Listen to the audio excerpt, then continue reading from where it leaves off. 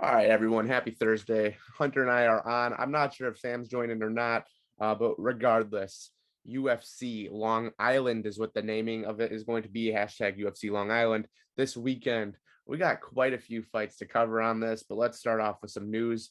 And let's start off with Hunter. How are you doing today? I'm doing good. I'm doing good. So let's start off with the big news.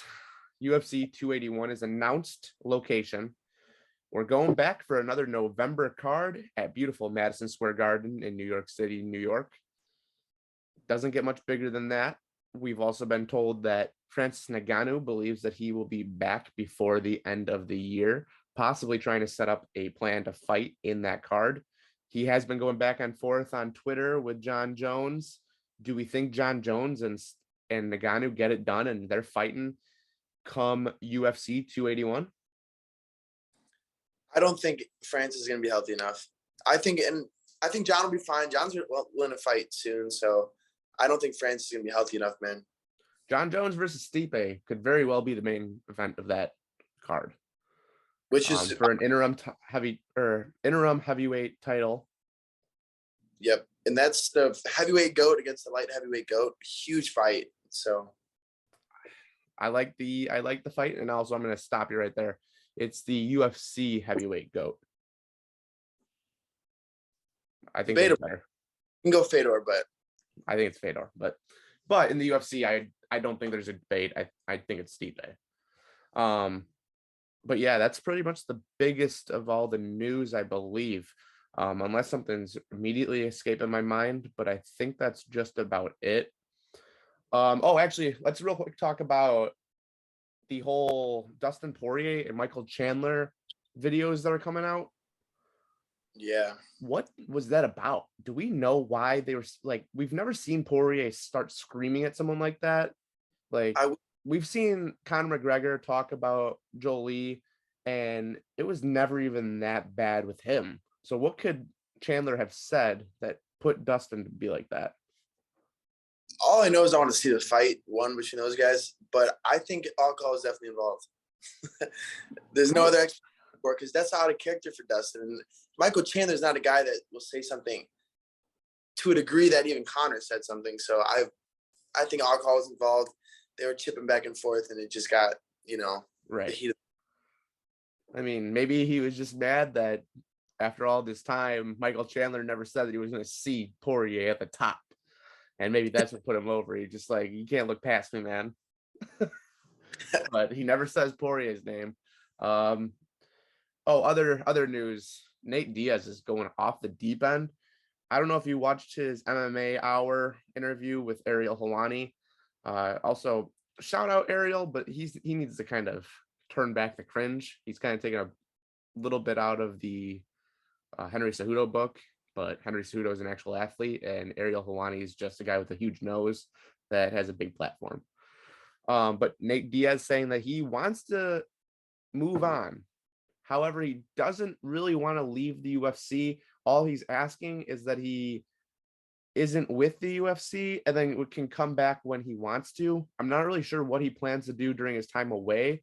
He kind of said that he wants to wait for the next generation to come in. I don't think Nate Diaz realizes that he's not 25 years old. So like, I don't know what he's trying to go for. I'm sure he doesn't even know what he's trying to go for. Does he fight Jake Paul? Who knows? But I don't get what's happening. My thing with Nate is like, he got, the level he's at right now because of Conor. Yeah. And 100%, that obviously those two fights, he hasn't really done anything since, but he asks to handpick whoever he wants. He calls out Kamaru, he calls out Adesanya, Ngannou. He just says that are so outrageous when he can't even he gets beat the shit out of by Leon Edwards for 5 rounds, right? So like, the UFC is getting better and better every year. The next generation is going to be even tougher for him. He's going to be 50 getting his ass beat by these young guys. So I think he should just take one more fight and then get out. Honestly, at this point, that's what he should do. He also believes that Khabib is weak, that he's not a real champion. He also came out on record this week and said that if Conor didn't fight against Floyd and took the trilogy fight, he would have learned how to not get submitted, because he would have submitted Conor, which would have made Conor somehow beat Khabib. Even though he had 25 minutes to do that in the second fight and couldn't do it. Right. So I'm not like, I don't know. Nate dropped out of high school. His order of operations isn't really, adding up, but Somehow if you lose a fight, you then get a title fight against Khabib and you're going to win that fight is what his logic was. But on this topic, it's both Diaz brothers, because Nick's out here saying he thinks he should fight Kamaru and no one else. So these guys they just want, whatever they want. The Diaz brothers are in their own league. Whatever you're drinking in Stockton, California, bring it over here because yeah, exactly. But yeah, I think that's really all the news for this week. We still don't have a location on 279. Obviously, 278 is going to be headlined by Usman versus Leon in Salt Lake City. 279 also, it sounds like, is going to be the event TJ Dillashaw versus Aljamain Sterling once they can figure out some contract details, according to Aljo. Where's the location? It sounds like it's either going to be in Atlanta or in Boston. When is this? That would be September 10th, I think. Now that, friends, is enticing. I would love to go to Boston. The Irish roots run deep there. I wouldn't mind Atlanta either, to be honest with you. Both are fun cities to be in. I'm saying. So, I mean, we're just saying, if you can watch this video, like, subscribe, do whatever you got to do, share with your friends so we can start making some more money and maybe we can get out to these events to give you better content. I'm just saying, would help out a lot. Into UFC Long Island. It's a loaded card. It starts early, starts at 10 a.m. Central Time, even though it is in New York. That part confused me, why it would be so early. But, and it's not really like this is a big international card either. If you take a look at the card, it's granted to be an earlier in the day event. There's a lot of old people in this event, to be honest with you. A lot of fan favorites. Let's start off early prelims. What's 1-2 fights that you're looking to see here? One fight, which could definitely be a fight of the night. Every time this guy brings it, both guys. I think you're going to be saying a main event, aren't you?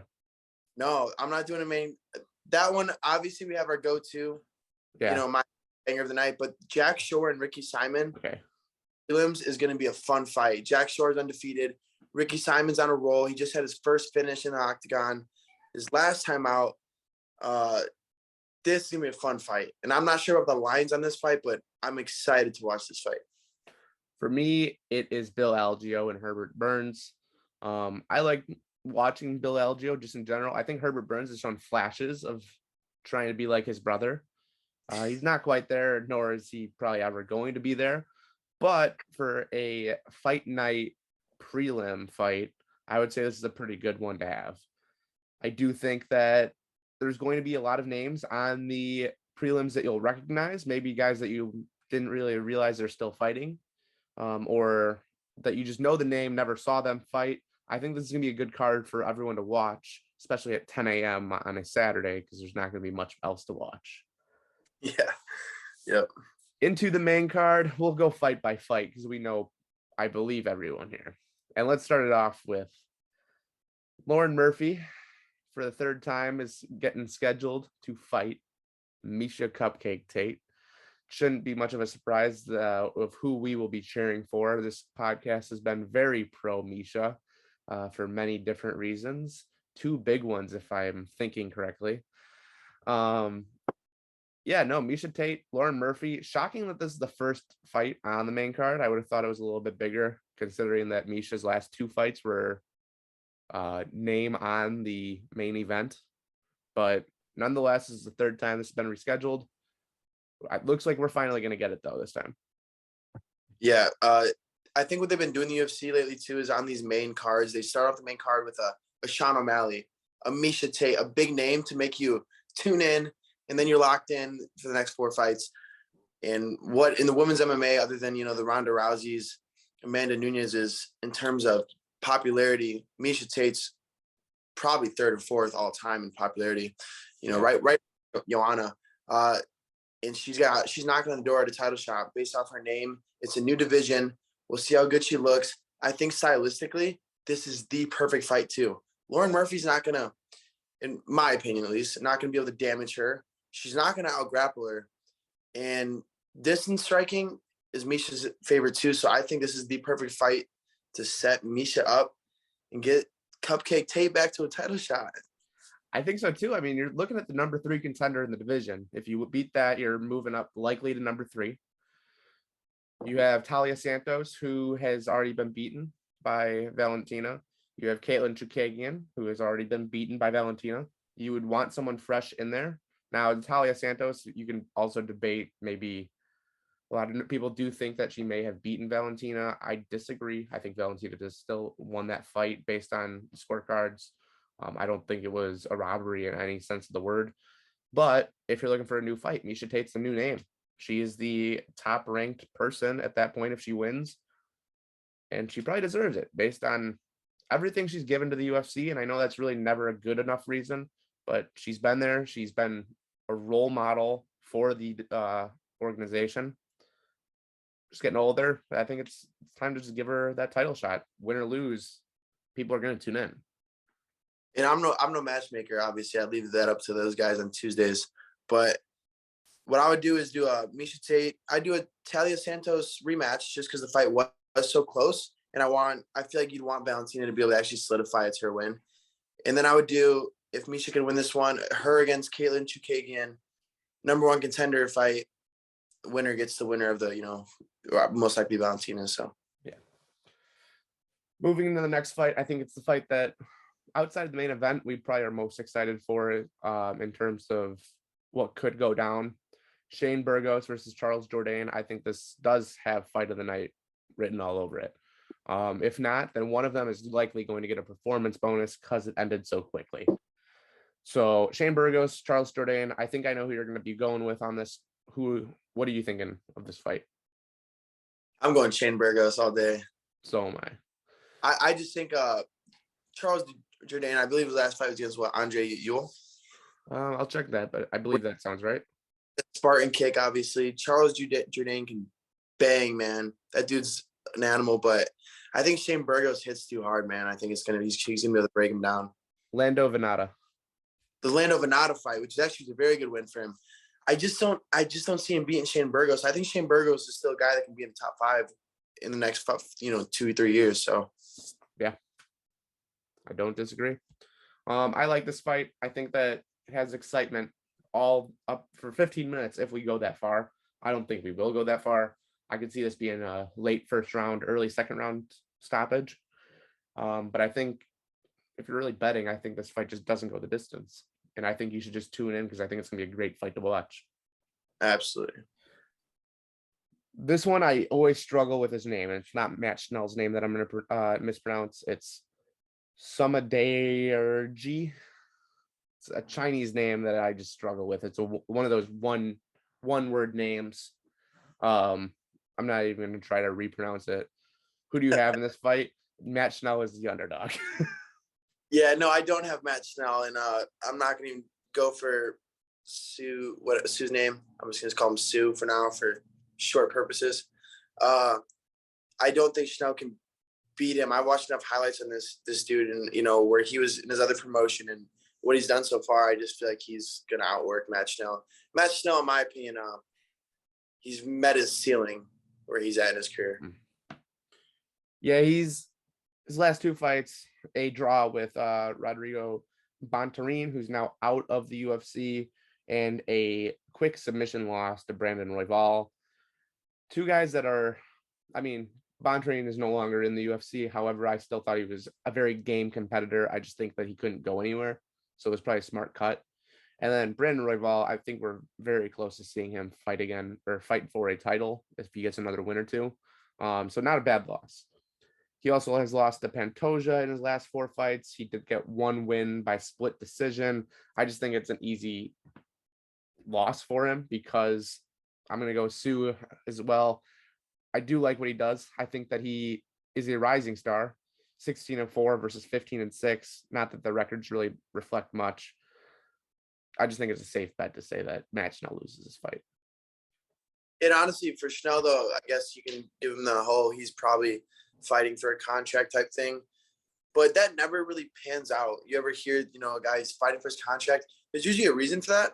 And they usually don't win the fight because they're not that good anymore. Right. Usually these guys that are really good have the contract already negotiated and extended before this last fight. Yeah. So. Yeah. You've seen guys like back in, Charles Oliveira, I believe, lost 2 or 3 in a row at one point in his career. Yeah. He's never on the chopping block, though. A guy like Matt Schnell is. And I don't think that adds extra motivation. I honestly think it makes you train different. It makes you fight different, perform different. Your anxiety is different. So I feel like you fight a lot more protective of yourself, and which usually ends up for a knockout loss. 100%. The third fight the third to last fight, Li Jingliang, who last time we saw him, I believe, was the Khamzat loss. Yeah, ragdoll, yep. Versus Muslim Salikov, a Russian fighter. Li Jingliang is the underdog in this, but I think I'm going to go with Li Jingliang. I do think that part of the reason that people are dogging him is because they watched him just get ragdolled by Khamzat. As far as I know, Muslim Salikov is not Khamzat Chimaev. I just think it's a good value pick. I don't know if he's going to win. I wouldn't add it to be like your final leg of a parlay, but as a straight bet, I do like Li Jingliang. Yeah, he's one of those underdogs. I'm taking based off experience. He's fought in the top 15. He's beating good guys. And honestly, I think if you rematch that Khamzat fight, he's not going to. He's a better fighter than what that fight was. Yeah. He's not a bad fighter. I think experience is going to go a long way in this fight. And also, he's hungry, man. He got embarrassed. He got ragdolled in front of the president, in front of the entire world, essentially on pay-per-view because everyone was tuned in to watch Khamzat. So I think he bounces back today or tomorrow or Saturday. Yeah, cut off. Michelle Waterson, Amanda Limos. I don't know what to think about Michelle Waterson anymore. It's almost like she's trying to be a model that fights and not a fighter that can model. Every time I see her on Instagram, it's look at me in this dress. I'm on my way to do this. Like, I think she's kind of gotten into this groove that was once a great gym out at Jackson Wink. We've kind of seen them take a huge step backwards. Amanda Limos, I think, is a lot more hungry. She is a heavy favorite, minus 340. Michelle Waterson, as much as it hurts me to say, could be coming up on the chopping block here if she doesn't get a win. You hit it right in the head. Jackson Wink MMA is no longer a gym you fear when you compete against a guy from there. They lost all their stars. Everyone, the Carlos Condits of the world, the Cerrones, the Holly Holmes, Michelle Watersons, the John Jones. Jones is no longer with them, but he's still the GOAT. He'll win regardless where he's at. You're seeing them all lose, and I don't think Michelle hasn't won recently, and I just don't see her. Amanda Lima is still hungry, young. Give me Amanda all day, and that's minus 350s. Honestly, I would put it at minus 600. This is a give me fight. If you want to block at the end of a parlay, Amanda Lemus, in my opinion. I agree. And I do think this will go to decision. So I wouldn't put inside distance or anything. But I think Michelle Waterson, it's going to be there's a very good chance it's going to be a 30-26 round somewhere in there. I'll always remember her video with Holly Holm in their little jean shorts. Yeah. So we appreciate you, Michelle Waterson, but it's time to stop fighting. We'll probably be talking about you on Sunday as a disappointment. Not a disappointment in your UFC career, but a disappointment on Saturday. And probably more of a farewell than anything else. And into the main event, the two that this card was built around, Brian T. City Ortega versus Yair Rodriguez. Winner of this very well could be right in that title conversation. If Brian Ortega wins, I would almost anticipate him getting that rematch with Volkanovski. He has been the closest, I would say, to beating Volk. The scorecard might not reflect that, but we've all seen Volk almost get choked out by T-City. And to be honest, I still don't know how he got out of it to this day, and it's now been just about a year. Brian T. City minus 170. Yair Rodriguez plus 145. Hunter, who do you have in this fight? I think Ortega out grapples him. I mean, they're gonna stand and bang. That's what they're gonna do for a little bit. But when it comes down to it, he's gonna submit him. He's gonna submit him whenever he wants, in my opinion. You've seen Yair in certain scrambles just give up his back, his ankles so easy. And Brian T. City, there's a reason his Gracie Jiu-Jitsu background is, top tier. He's one of the best guys. If you watch his submissions against Moicano, his first ever fight in the UFC, you just see his grappling exchanges. He's a different breed. I don't think this fight is as close as people think. And I think that minus 170 is a nice hit. Me too. I would agree. Let's play this game. If each fighter wins, who gets Volk next? I'm not saying Yair wins. Obviously, he would get him. No, I'm saying if Yair wins, who in that division fights Volk next? If Yair wins, I don't think Yair gets that shot because that's just stupid. You've seen what Max. Yeah, we saw him get, I think it was 50-45 against Max, and we just saw what happened to Max. So UFC math adds up, he would get killed. And just stylistically, the only way to beat a guy like Volk, you're not going to strike him at a distance. No. Is a guy like Ortega. Ortega wins, he'll probably get that shot because he's the one that submit him, right? He can submit the champ. But no, Yair wins. They're going to either put Volk at 55, give him what he wishes for, or we're going to see a guy like Bryce Mitchell set up for number one contender spot and let Volk sit and pick his own, fight. The other person that I think's name needs to be thrown in there would be Josh Emmett. Josh Emmett, in my opinion, should be the next guy, regardless who wins. But I'm gonna say if T City wins, it's probably T City, and he's probably not gonna like that. And we're probably setting up a Josh Emmett versus Bryce Mitchell fight, which I don't think would anger too many people. If Yair were to win, I think we're getting Josh Emmett versus Volk. So that's the way I see this going. Unless, of course, Volk then moves into the 155 division. It'll also depend on if he wants to keep his belt or if he just wants to fight at 155. So my take on it is this. I think this 55 talk, I don't know if it's actually going to happen. I do think this. I think Josh Emmett, regardless of who wins, even if T-City wins, in my opinion, Emmett will be that next fight. I think Bryce Mitchell will face the number one contender. So he'll either face a T-City or Yair after this fight. So you don't think we can get Max Holloway versus Bryce Mitchell? I think that's an awful fight for Bryce Mitchell. So if I'm the UFC, I stay away from that because I don't know. If that fight gets to the ground, it's not going to get to the ground. That's the thing. Bryce Mitchell, in my opinion, can take down a guy like Emmett because he stands in the pocket. Holloway he's so quick. It's going to be hard for Mitchell. He's not going to be like Edson and just sit on his kicks. I think Bryce Mitchell, though, if you want to make some money, you try to get him in a title fight. And I think you do that by giving him Yair Rodriguez if he loses this fight.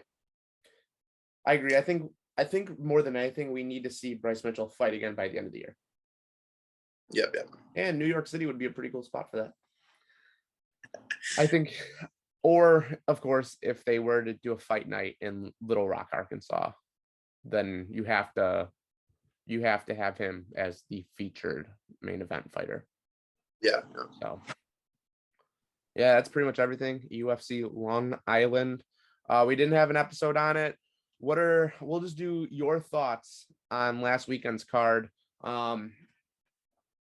Just kind of take us through your thoughts on the card. The main event it was so fun to watch. Two high-level guys. That was super exciting. My favorite fight by far was watching Trajan Gore get knocked out again, man. He's talking all this shit, saying trying to wrestle me the whole fight, and then he gets knocked out. I like that. And was that Cody Grundon? Jourdain? Oh, Brundage or whatever. He's won 2 straight fights where he's been on the rope, so he's fun to watch, man. That was my most exciting fight And I think immediately I texted you and Sam. I was like, yeah, Trayshawn Gore sucks. Like, yeah. he looked awful in that fight. Also, on the main event, going into round 5, what did you have the score at? Curious. So I had it 2-2. So did I. The So I judges' scorecards had it 49-47 Feziv. Okay. I had it 48-48 with rounds 3 and 4 going to Dos Anjos. Yeah, I thought it was 2-2, and then I thought the 5th round RDA looked good to start, and then didn't end up well. But RDA, if that was his last fight, which I don't think it's going to be, he is the true BMF. 100%. I know I'm gonna get people that are probably gonna be like, well, no, Masvidal holds it. It's not Masvidal. It's not Nate Diaz. The true BMF. There's 2 guys that I think you could put that for, but in terms of longevity, it has to be RDA. The other guy that you could possibly say is that it would apply to and be true is Mike Perry, who's no longer with the UFC. Yeah, we miss Mike Perry. RDA beat the best in the world at 55. Yep. Champ went up to 70 and beat some of the best in the world up there. He'll fight anybody whenever. Fuck rankings, and you never see him just get completely outmatched. It's when RDA fights and he loses, he'll get knocked out here and there, but he's in every fight. He's winning most fights. And he's still based on that fight, man, he has a really good chance to still compete with the best of the best. If you throw him in there right now, like Dustin Poirier, I don't think it's an uneven fight. I don't either. So I honestly wouldn't mind seeing him with Gaethje. And that shows you how good 55 is. It's insane. The division's insane. I mean, Dos Anjos, when you look at the guys that he lost to, a lot of them are top notch. He lost to Colby. I don't think there's a debate whether you love or hate Colby, that Colby's a great fighter. Yeah. Feziv, everyone is saying that he's the next big thing in this division. Who else has he lost to? Yeah, I know he always wanted to fight Connor, and we just never got that. Lost to Eddie. He would have fought Connor, but he lost to Eddie. Yeah. And Eddie's if you want to go off MMA Hall of Fame all time, he was a champ in multiple divisions or multiple, organizations. So. Yeah, I mean, it hurts to watch RDA lose because he's been so great. Michael Chiesa, he was just much younger. He's not a bad fighter either. And if you think about it, it's almost good because you still know how good RDA is. And now Faziz, he just set himself up he's a big name now. I mean, he's a household name. So he's going to be a guy that in the next 5-6 years, you're going to see him fight everybody. So. Yep, that was the UFC Fight Night card last week. I believe that was just in Vegas, right? It wasn't anywhere special. It was at the Apex, yeah. It's weird that we have to say that Vegas isn't anywhere special when we're talking about the UFC. Right. Quick boxing talk. The press conferences are fully in gear for Jake Paul versus Raheem. Raheem's Raheem something. His dad is a boxing legend. He is not. Let's real quick put that out there. But he is a real boxer. Fight. Yeah. Huge respect to Jake Paul because he's actually fighting a real boxer. So now we had both names half correct. It's Hasim Rahman. Hasim Rahman. We said, what did we say, Raheem? We had first. We said Raheem. Yeah. I'm going to stick with Raheem. So we got Raheem and Jake Paul. He's much bigger than Jake Paul. That is for sure. It's a dangerous fight, but we'll see. Do you think Jake Paul wins this fight? I don't know. Maybe they pay them motherfuckers to take a dive, so I have no idea even how that goes. I feel like if Jake Paul wins this fight, we really have to look into legitimacy of these fights. If he does win this fight, at this point, just give him Canelo so we can see him actually his ass beat so we know it's not real. Yeah, but what happens? I mean, what happens if Canelo has a price? Then what do we do? What? I don't know. Then boxing has become WWE. I just don't think, based on the fact that Canelo's made enough money, Canelo and those guys make way more money. Jake Paul's fights don't sell. No. And that's what Conor replied. He literally goes, "You've sold like 60,000 buys in your last 2 fights. Don't even talk to me." That's why he doesn't entertain. Jake Paul literally every day talks about Conor. Conor probably looks at it like, dude, I'm trying to fight real fighters and make real money and real pay-per-view buys. Jake Paul doesn't sell anything. The issue with like a lot of Jake Paul's fans, like, and the people that truly love Jake Paul, not saying like the people like you and I where we have to cover it because that's what we're doing. Most of them are very young and don't have the money to buy the pay-per-views. Yeah. So they're illegally streaming it on like Discords. Yeah, they're trying to legally stream it.